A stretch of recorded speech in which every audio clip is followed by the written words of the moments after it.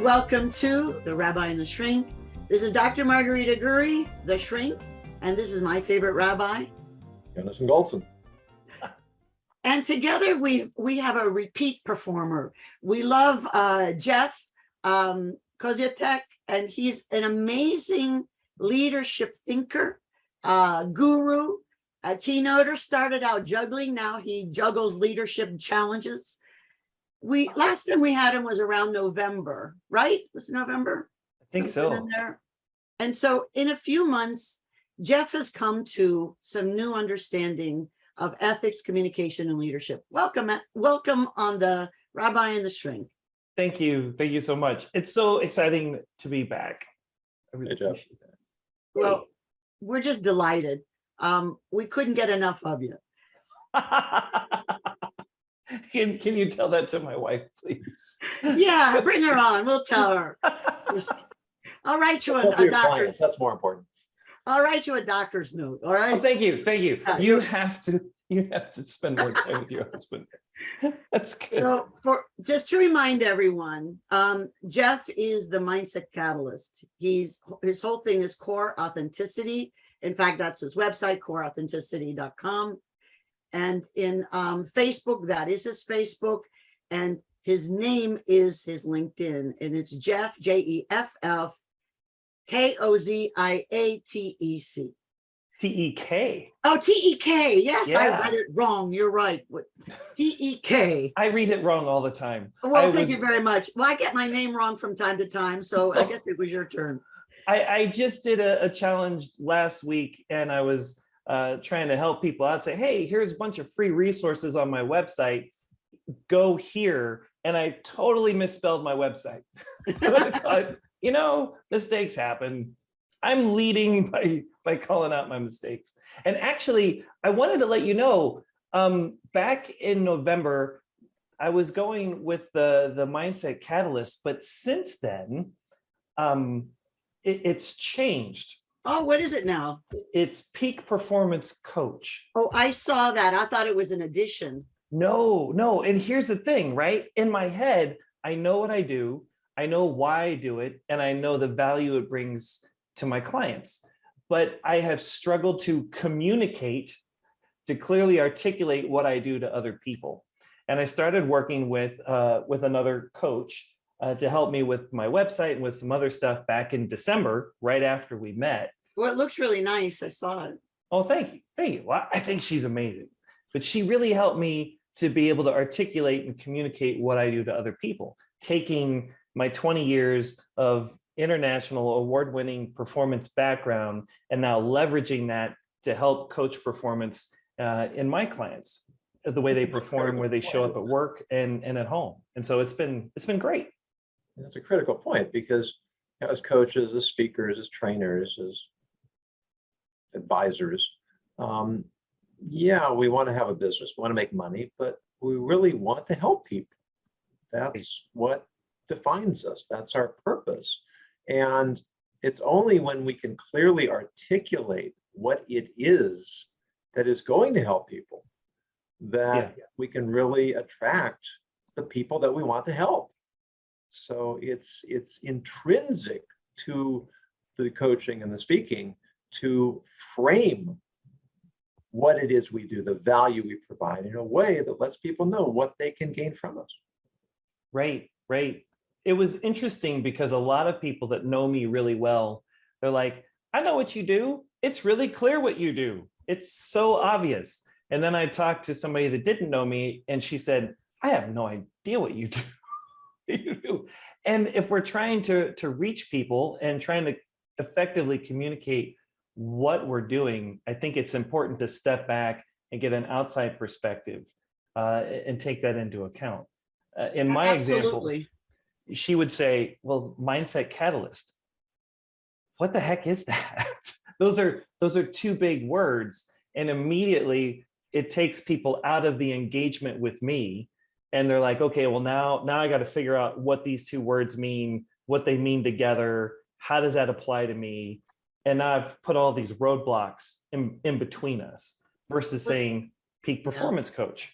Sometimes we get fancy And Mindset Catalyst is fancy, and it sounds good, but you are a peak performance coach. I've seen a lot of your work. I think you do that certainly better than your average bear. I love Yogi Bear. So. Yogi, hey, boo boo. Boo boo, hey, boo boo, in a picnic basket. Picnic basket. So tell us about, I hear you just had a confidence challenge, was it? Tell us about that. I did. We ran a 5-day confidence boost challenge on your phone. We use confidence for all kinds of things. When we communicate, when we're engaging in relationships, when we're pursuing goals, and when we're facing challenges, how we problem solve and think critically. Like, confidence is a big part of our everyday lives. And as you know, unfortunately, confidence is not a static number.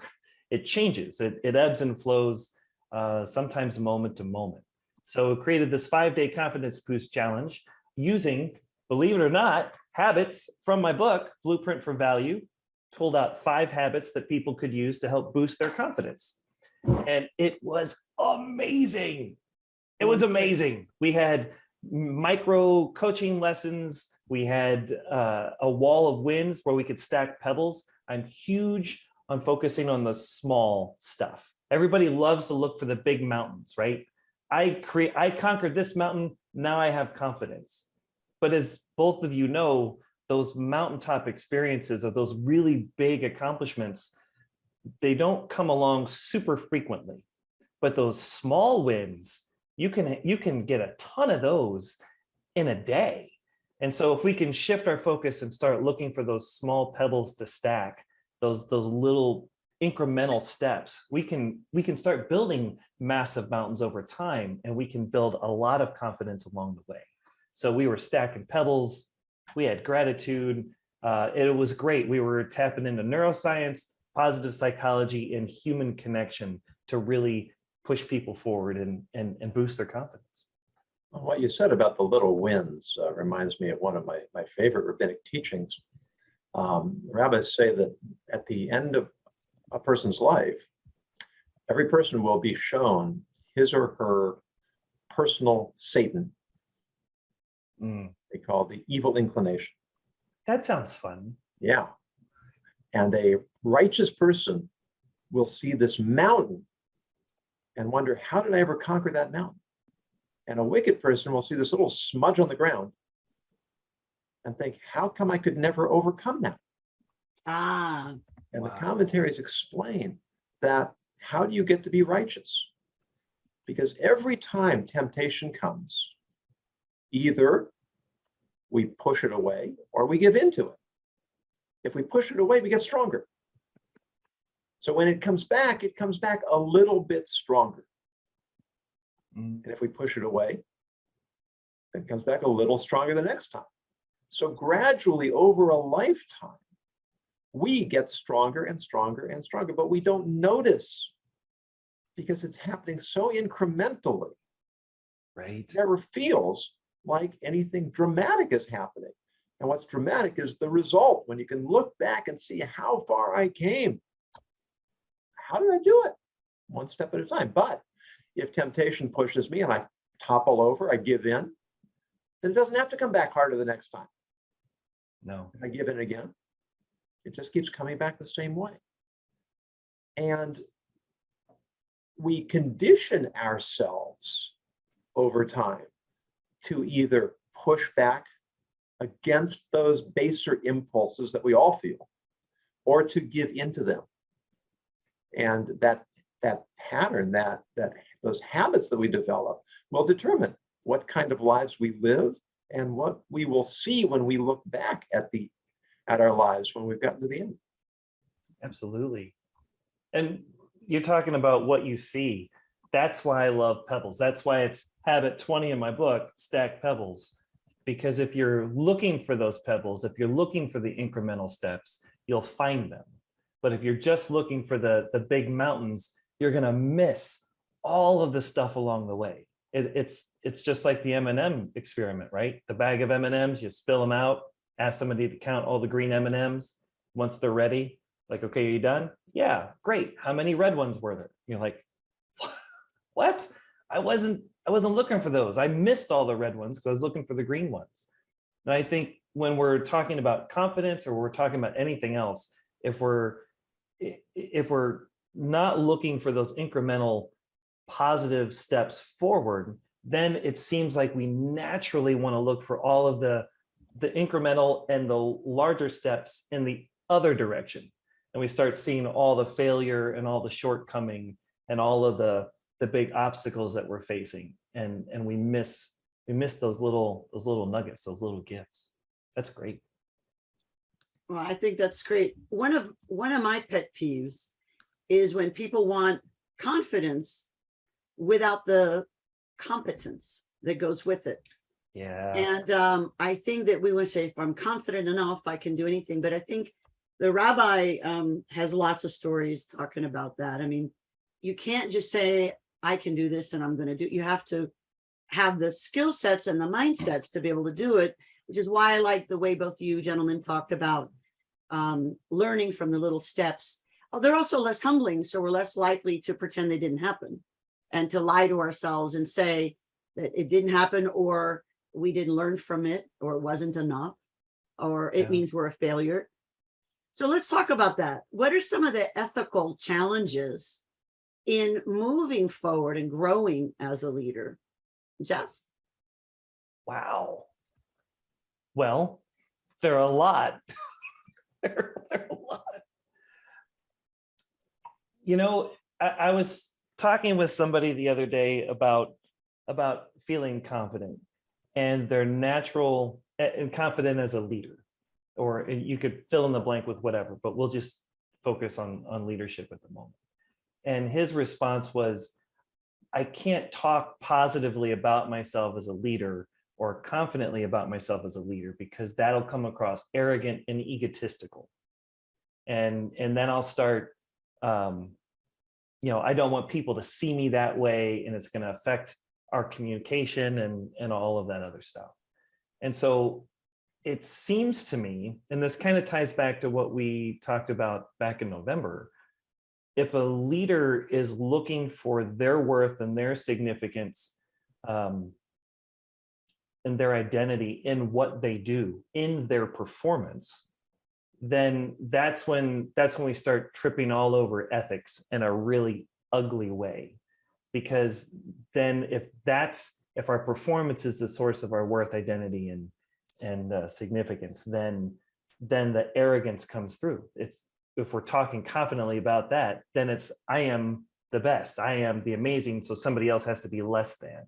And there's this competition comparison versus seeing worth and significance and identity internally and recognizing that that's full on a scale of 0 to 10, a 10 all the time. And just like it's a 10 in me, it's a 10 in you, it's a 10 in everybody. So then there is no comparison, there is no competition, there is no judgment. I recognize that my performance comes from what I do. It does not define who I am. And I can say, yes, I do that confidently. I can do that well. I lead well. Whether I lead well or whether I make a mistake doesn't change my worth. And so when I always say people hear your heart before they hear your technique. If you understand that you're a 10 no matter what, that levels out your heart. Then you see the 10 in other people. And they'll resonate with that and say, oh yeah, he is a great leader. She is a fantastic coach. She is amazing at this. And the arrogance and the egotistical perspective goes to the side. What do you think? When I heard from you, Doctor, I understood correctly that there's a kind of challenge we face that we want to use our own experiences to inspire and educate others. And when we are using our failures, that can be very powerful, especially if we learn the lessons of them. Yeah. But if we're using our successes, there is this fear that I'm going to sound like I'm bragging when it's not my intention to brag. I simply want to demonstrate, here's how I navigated a challenge and succeeded. And finding the way to present that without it coming across as arrogant is often a daunting task. Yes. I'm sorry, you just tripped a wire for me, Yonason. If we're talking about ethics and we're talking about leadership and we're talking about sharing what we do well and then the mistakes along the way, because the mistakes are going to happen.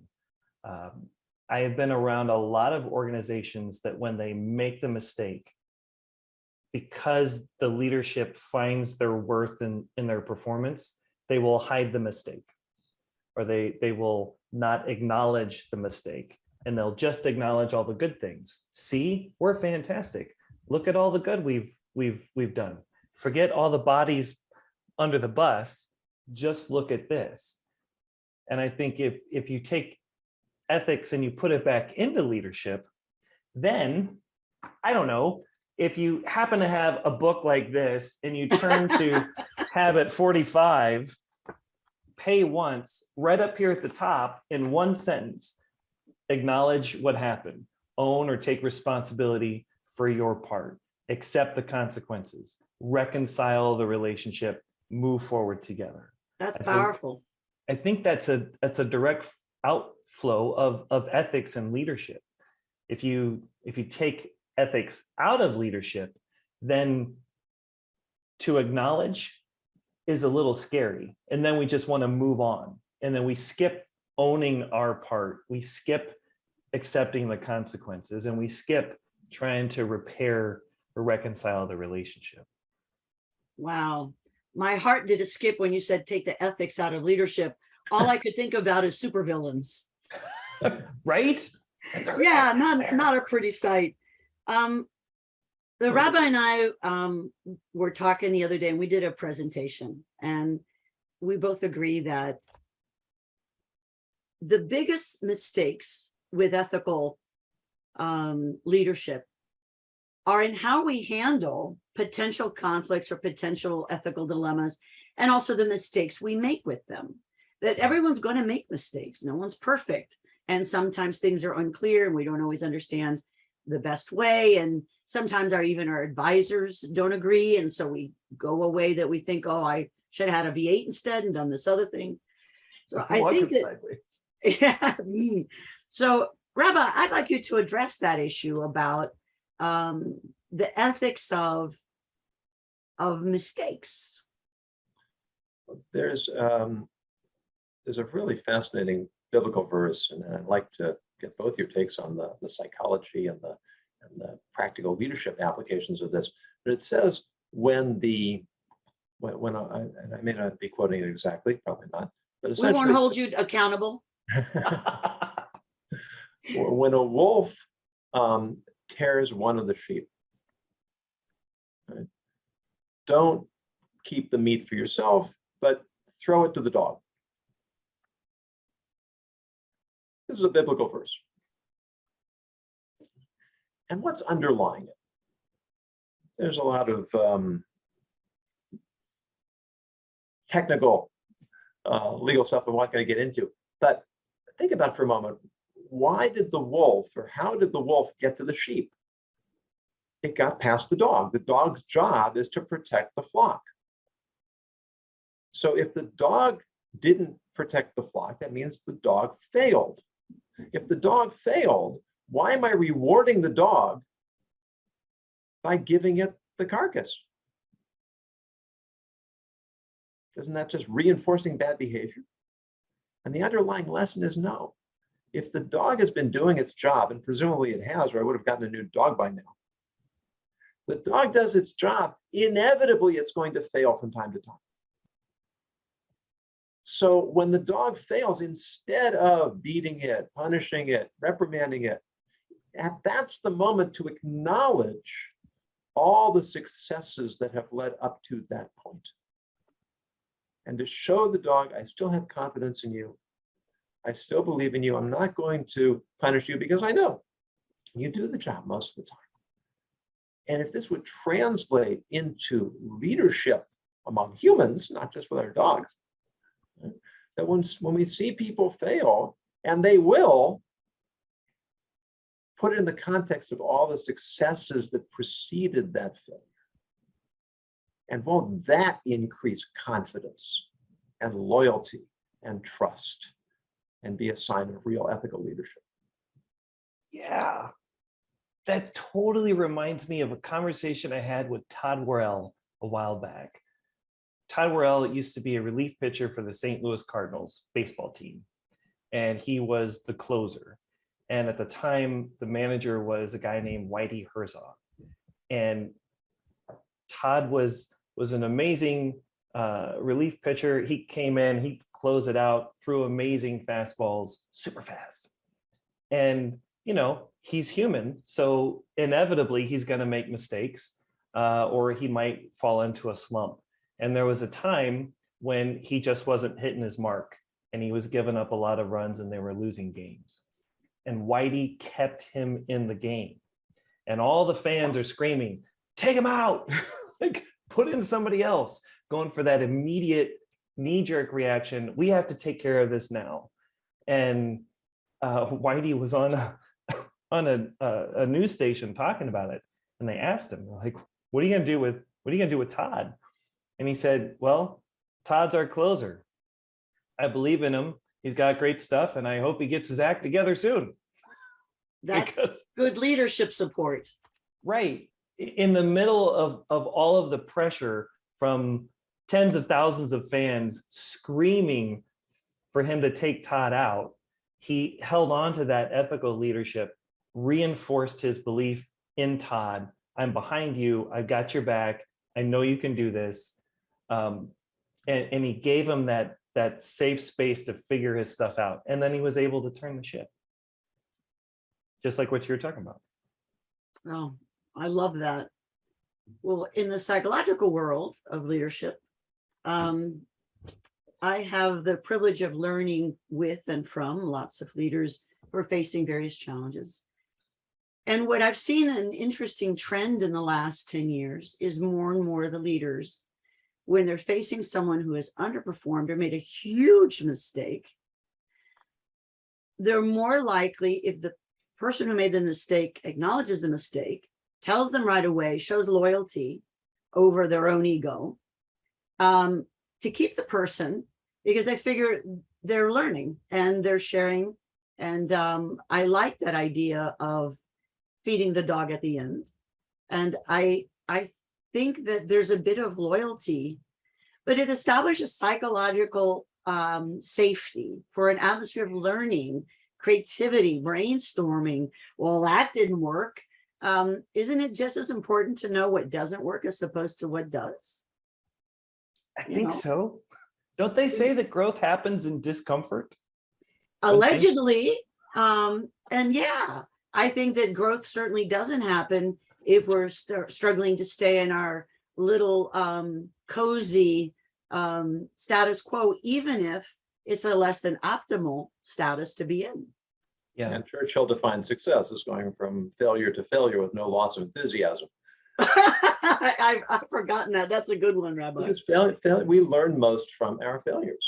Yes, we And do. it doesn't mean that we should set ourselves up to fail. No. But it means when failure does inevitably happen, what can we learn? What should we learn? How can we not repeat the same mistakes over again? Wow. A lot of my coaching is built on helping people see that they are the performer, not their performance. And I think when our leadership gets caught up and focused only on the performance, it is deadly scary to step back and take an honest assessment of what's going on and to be real with those missteps, real enough so that we can face them, acknowledge them, and learn from them. And it's so much more tempting to just focus on all the positive and ignore all the other stuff. And then ethics goes, as you know, right out the window. And that's when a lot of high performers, when they start to fail, end up cheating, lying, pretending, blaming other people, etc., because they've learned to align their success and happiness from a metric of the outcome, which you're talking about the performance, rather than as performers that are continually growing. So I think that's a lovely thought. Quarterly earnings are insidious. You're just focused on the short-term wins, often at the expense of long-term strategy. Absolutely. And there are plenty of examples to point to of companies or businesses that had win after win after win and then collapsed because it was all smoke and mirrors. Yep. Yeah. Not all that glitters is gold, apparently. Wait, what? What? Oh, cover your ears. Say it ain't so. Well, so one of the thoughts I had now is maybe the rabbi can do the word of the day. And when you come back, I really want to address what are the takeaways, because I think you have a message for performance that everyone needs to hear. What are the takeaways you want to reinforce? And then we'll also ask you about your next adventure. Rabbi, if you wouldn't mind with the word of the day. Word of the day? Yes, sir. Really hard to pronounce. Like most of yours. But I'm going to do my best. All right. Even if I fail. Simulacrum. Oh, say that 3 times. Okay. You weren't kidding. If I can. Simulacrum. Simulacrum is Never heard it. A superficial representation or likeness. And what we've been talking about are individuals in leadership positions who are not authentic leaders. It's one thing to have the title, to have the position, to have the authority or the power, but it's something completely different to be a leader. And when you see leaders who have that remarkable blend of confidence and humility, who aren't afraid to take responsibility, who aren't afraid to give credit and share credit, who aren't afraid to ask questions, ask advice, change course when necessary. Those are the real leaders who inspire what has become called followership, and make people feel they're members of a team. I shouldn't even phrase it that way. They create teams where every member is a participant, is valued, has the opportunity to use his or her unique skills and abilities to contribute to the overall goal. There are a lot of fakes out there, a lot of imitations. There are a lot of simulacrums. See, Jeff, this is what you inspired. This is a good one. Well, you mean some of them aren't? What do you have to say about the simulacrum? Did I say it right, Rabbi? That sounded good to me. Wait, no. Can you break that down? Because I want to be able to say that right. Simulacrum. Simulacrum. Simulacrum. Simulacrum. I suggest going on dictionary.com and listening to you click that little microphone or speaker button they have there. So that assumes I know how to spell the word. I could even do it for us now, actually. Yeah, that'd be a good idea. Here we go. Make sure you share it with the sound clip. Okay, listen carefully. Simulacrum. Simulacrum. Simulacrum. All right. Now we know. And knowing is half the which battle. brings me to an interesting thought. How many people are embarrassed to try something and make a mistake, whether it's pronouncing something or whatever it is. And I think leaders have to embrace the not knowing and making mistakes in order to try new things. It's fun that you asked for that, because so many people were pretended to get it. I'm too old to pretend to get it because I just don't get some things, so I don't pretend anymore, but it's a different matter. So Jeff, what do you have to say say it again the right way, because I already forgot. Simulacrum. Simulacrum. Simulacrum. Put the syllable in the right place.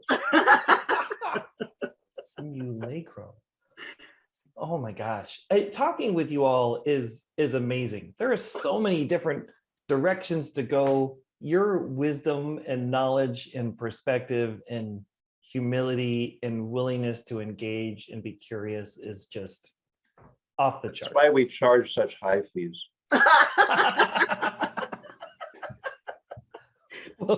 Well, I best get back to work so I can afford it. You know, Oh, that's funny. I'm reminded of